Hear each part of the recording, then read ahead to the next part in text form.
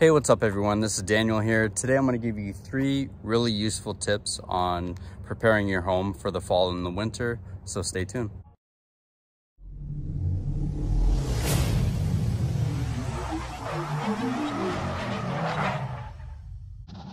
So the first thing I'm going to recommend doing is getting your gutters cleaned out, whether you do it yourself or you hire a company to come and do it. If your gutters end up filling with water and they're completely clogged, then it's going to pull your gutters away from the house, and that will potentially cause water damage or rot for your fascia boards or even for your sheathing underneath your roofing. So you really want to take care of this so you don't cause issues in other places. And if you wait until the weather's already bad and you try to have this done, it's going to cost you a lot more than just regular maintenance.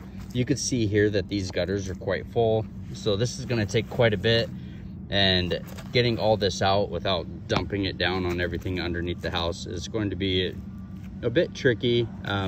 Probably use 5-gallon containers to pull it all out, and then they do have little shovels and stuff like that that you can use to peel these out.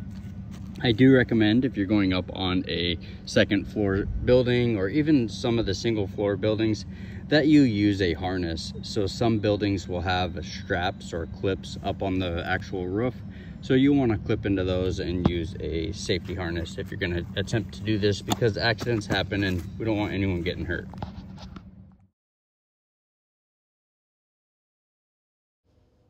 So one thing you'll want to take note of is that if your roof is covered in moss or has any kind of debris on it, you'll definitely want to clean your roof before you actually start cleaning out your gutters.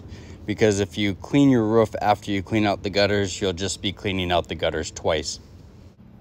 So the second tip I have for you is to install faucet covers. So what these do is they help insulate the faucet so that it does not freeze over. It is a little cover that you can purchase at your local hardware store, and it has a ring on it. So you want to make sure your faucet doesn't have any active leaks when using these. If they do, then you may need to replace your faucet or the rings inside it. But you have a ring. Most people won't have this up on top here, but you hook on the rubber piece to the bottom there, create some tension, and just slide it on. And it's as simple as that. I try to keep it nice and tight against the structure so that there's no air that's able to get inside there. And I cover every one of our faucets every fall and winter to help winterize our home.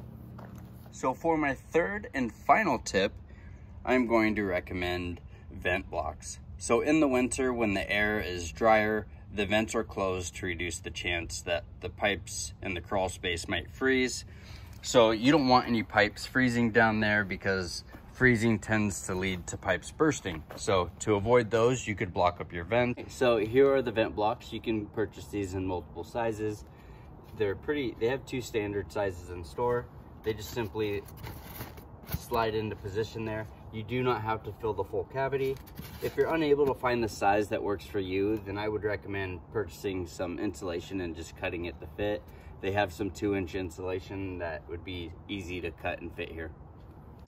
In the summertime, it's the opposite. So summertime, you want to keep these open to allow the outside air to circulate underneath the house. And this will help reduce any chance of mildew and rot that could build up from moisture being trapped down there. So hopefully you found these tips to be helpful. Please feel free to like and subscribe. I appreciate everybody for watching and hope you all have a great day.